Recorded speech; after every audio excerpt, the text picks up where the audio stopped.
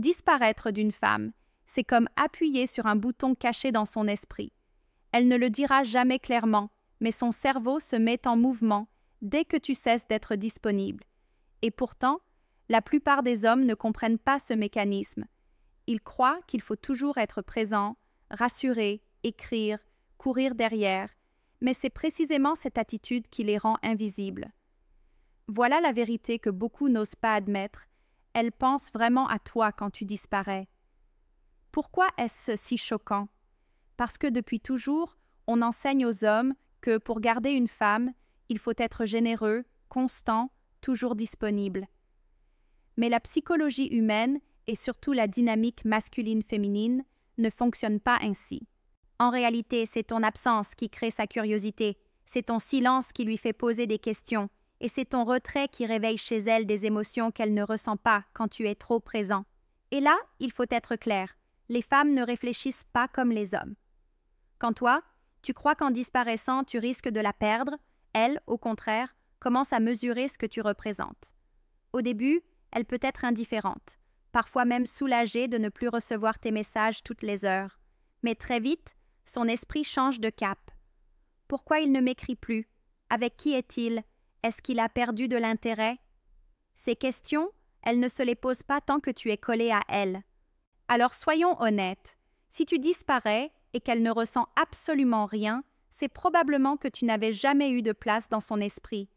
Mais si elle commence à douter, à tester, à réagir subtilement, c'est là que tu découvres la puissance de l'absence. C'est là que tu réalises que le silence parle plus fort que 1000 mots.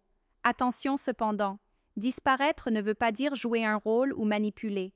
Cela veut dire reprendre ton pouvoir, arrêter de courir après une validation permanente et comprendre que ton temps, ton énergie et ton attention ont de la valeur. Les hommes qui comprennent ça deviennent beaucoup plus attirants car ils ne cherchent plus à convaincre une femme de rester.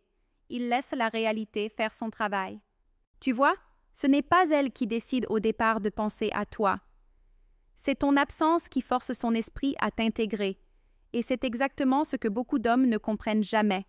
Ils veulent être présents pour qu'on ne les oublie pas, alors que c'est en disparaissant qu'ils deviennent inoubliables.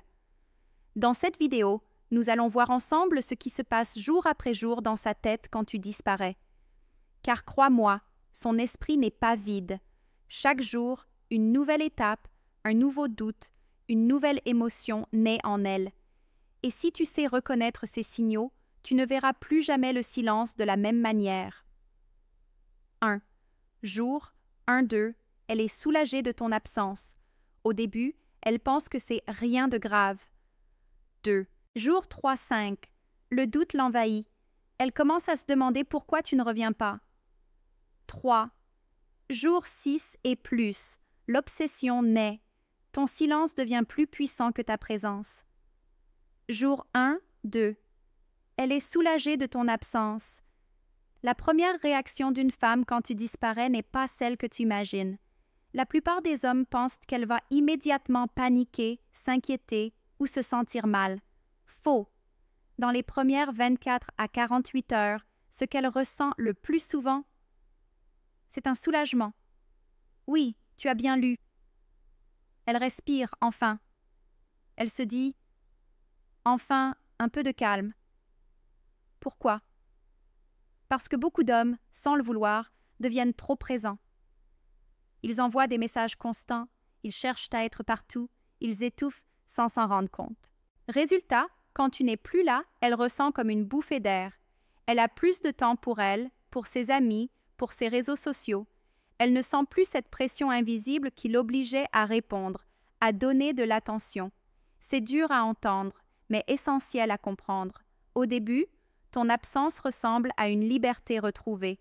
C'est une phase où elle ne pense pas encore à toi de façon obsessionnelle. Elle profite, elle se détend. Et si tu n'acceptes pas cette réalité, tu ne comprendras jamais pourquoi disparaître peut être si puissant. Beaucoup d'hommes font l'erreur fatale à ce moment-là. Ils sentent ce silence, ils paniquent et ils reviennent en courant. Pourquoi tu ne réponds pas? Tu penses encore à moi? Et là, tout le pouvoir est perdu. Parce qu'au lieu de laisser la psychologie naturelle suivre son cours, ils cassent le processus et redeviennent le gars trop disponible. Mais si tu tiens bon, si tu gardes le silence dans ces 2 premiers jours, quelque chose d'important commence à se construire. Parce que même si elle est soulagée, son cerveau enregistre quand même ton absence. Elle remarque inconsciemment que ton énergie n'est plus là. Et crois-moi, ce petit vide va grandir. Imagine une scène.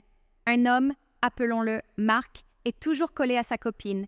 Message du matin, appel l'après-midi, longue conversation le soir. Au début, elle trouvait ça mignon. Mais rapidement, ça devient une habitude, presque une routine écrasante. Elle répond par politesse, mais son enthousiasme diminue. Un jour, Marc décide de couper. Pas de message, pas d'appel. Le premier jour, elle soupire presque de soulagement. « Ah, enfin tranquille, je vais pouvoir sortir avec mes copines sans me sentir coupable. » Le deuxième jour, elle continue à profiter de cet espace. Pour elle, ce n'est pas encore une perte. C'est une respiration. Mais voilà ce que Marc ne voit pas. Même si elle semble détendue, elle enregistre déjà ce changement. Son inconscient sait que quelque chose n'est plus pareil. Et ce petit décalage est le premier pas vers une curiosité qui va bientôt la rattraper.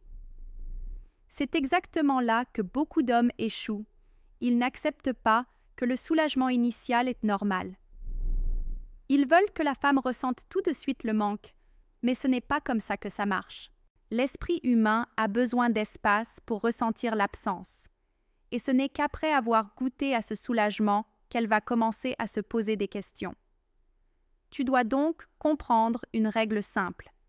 Les 2 premiers jours, ton absence n'est pas une douleur pour elle, mais une liberté. Et c'est parfait comme ça. C'est le point de départ. Si tu veux qu'elle commence un jour à te manquer, il faut d'abord qu'elle respire sans toi.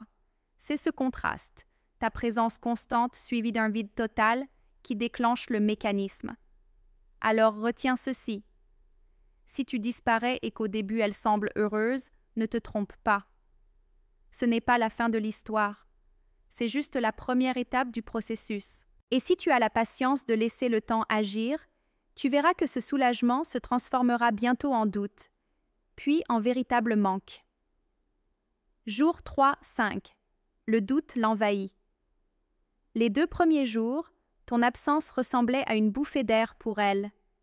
Elle profitait du calme, elle respirait.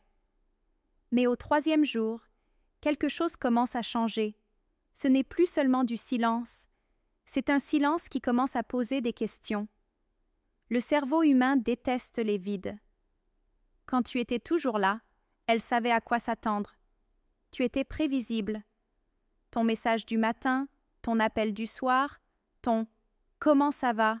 quotidien, tout était réglé comme une horloge. Mais maintenant que tu as disparu, son esprit n'a plus ce cadre. Elle se demande « Pourquoi il ne m'écrit plus? Qu'est-ce qu'il fait? Est-ce qu'il est occupé ou est-ce qu'il s'éloigne de moi ?» Et voilà le point clé. Le doute est beaucoup plus puissant que l'indifférence. Une femme peut supporter ton silence un jour ou 2, mais à partir du 3e jour, son imagination commence à travailler contre elle. Elle se souvient de petits détails, ton sourire, tes mots, la dernière fois que vous avez parlé, et elle les mélange avec l'incertitude de ton absence. Résultat, elle n'est plus dans le soulagement, elle est dans le questionnement. À ce stade, chaque femme réagit différemment. Certaines testent l'eau avec un petit message banal. « Coucou, ça va ?» D'autres restent silencieuses mais surveillent tes réseaux sociaux. D'autres encore font semblant de rien, mais parlent de toi à une amie. Quoi qu'il en soit, le doute est entré, et ce doute est une arme puissante, car il t'enlève de la position de toujours disponible et te place dans celle de l'homme imprévisible. C'est là que la plupart des hommes échouent. Ils voient apparaître un petit signe de doute, un message, une réaction subtile, et ils se précipitent dessus. Ils répondent immédiatement, ils expliquent, ils se justifient. « Désolé, j'étais occupé, mais je pense à toi. » En faisant ça, ils détruisent l'effet de leur silence. Parce que la magie du doute ne fonctionne que si tu laisses la femme dans ce flou quelques jours de plus. Prenons un exemple concret. Thomas, un jeune homme habitué à écrire chaque jour, décide d'arrêter. 3 jours passent. Sa copine, au début, ne dit rien. Mais le troisième soir, elle regarde son téléphone plusieurs fois. Rien. Pas de message. Elle va voir ses stories. Rien non plus. Le quatrième jour, elle envoie « Tu fais quoi ?» Un simple message, mais lourd de sens. Ce n'est pas une preuve de manque encore, mais c'est une première fissure dans son calme. Elle veut savoir où il est. Si Thomas répond immédiatement, en expliquant tout, elle sera rassurée et retournera à l'indifférence.